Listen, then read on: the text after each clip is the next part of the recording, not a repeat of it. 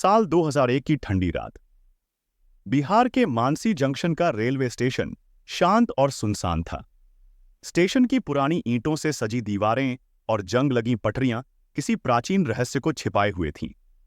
Station master Ramlal अकेले अपने कमरे में बैठा था। बाहर हल्की हल्की बारिश हो रही थी, जो वातावरण को और भी रहस्यमय बना रही थी।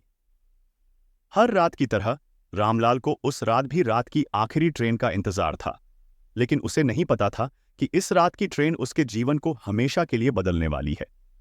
मानसी जंक्शन पर केवल कुछ ही लोग उतरते और चढ़ते थे। स्टेशन पर यात्रियों की भीड़ कभी नहीं होती थी और इसी वजह से यह जगह रात में और भी डरावनी लगती थी। उस रात स्टेशन पर सब कुछ सामान्य था। रात के करीब 11 बजे दूर से एक ट्रेन की सीटी सुनाई दी। यह वो आखिरी ट्रेन थी जो हाजीपुर की ओर जा रही थी। ट्रेन धीरे धीरे स्टेशन पर आकर रुकी। रामलाल ने खिड़की से बाहर झांक कर देखा, परंतु कुछ असामान्य लगा। ट्रेन के डिब्बे खाली थे, जबकि यह वही ट्रेन थी जो आमतौर पर यात्रियों से भरी होती थी। जैसे ही ट्रेन रुकी, एकमात्र व्यक्ति उतरा, एक औरत जिसका चेहरा सफेद और भयभीत दिख रहा था। उसके कपड़े पुराने जमाने के लग रहे थे, जैसे वो किसी और युग से आई हो। रामलाल ने उस औरत से पूछा, आपको कहां जाना है बहन जी? वह औरत बिना कुछ कहे सीधे स्टेशन से बाहर की ओर चल दी। उसके पांवों की आहट कुछ अजीब सी थी, जैसे वह जमीन पर चल ही न रही हो। रामलाल को ठंड लगने लगी। उसकी रीढ़ की हड्डी में कंपी दौड़ गई। उसने सोचा कि हो सकता है औरत किसी परेशानी में हो, इसलिए वह उसके पीछे पीछे जाने लगा। लेकिन जब उसने स्टेशन के बाहर पहुंचकर देखा तो वह औरत गायब हो चुकी थी।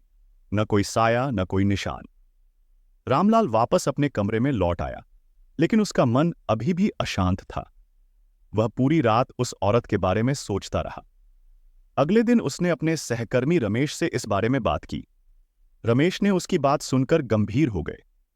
उन्होंने बताया कि सालों पहले एक ट्रेन दुर्घटना में कई लोगों की मौत हो गई थी और उन मृतकों की आत्माएं आज भी स्टेशन पर भटकती रहती हैं। रामलाल को यह सब कुछ अजीब और अविश्वसनीय लगा, लेकिन उस रात का अनुभव उसे सोचने पर मजबूर कर रहा था। अगले कुछ दिन बीत गए, लेकिन उस औरत की याद रामलाल के दिमाग में गहरे ढंस गई थी। एक हफ्ते बाद वही आखिरी ट्रेन फिर से स्टेशन पर आई। इस बार भी वही औरत उतरी। उसकी आंखें इस बार और भी डरावनी थीं, जैसे वो कुछ कहना चाह रही हो, पर उसके होंठ नहीं हिल रहे थे। रामलाल ने उसे रुकने के लिए पुकारा, लेकिन वह इस बार भी बिना कुछ बोले गायब हो गई। रामलाल अब सच में परेशान हो गया था। उसने गांव के पुजारी से बात की, जिन्होंने बताया कि वो आत्मा शायद अपनी अधूरी इच्छा को पूरा करना चाह रही हो। उन्होंने रामलाल को स्टेशन पर एक विशेष पूजा करने का सुझाव दिया। रामलाल ने ऐसा ही किया। पूजा के बाद अगले दिन रात की वही ट्रेन स्टेशन पर रुकी। इस बार वह औरत फिर से उतरी, लेकिन इस बार उसकी आंखों में शांति थी। वह धीरे धीरे रामलाल के पास आई और उसकी आंखों में आंसू थे। उसने हल्की सी मुस्कान दी और धीरे धीरे धुंधली होकर गायब हो गई।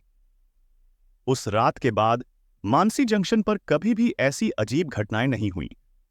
लेकिन रामलाल जानता था कि उसने किसी अधूरी आत्मा की यात्रा को पूरा किया था। साल 2001 की वह घटना मानसी जंक्शन के इतिहास में एक रहस्यमयी अध्याय के रूप में दर्ज हो गई।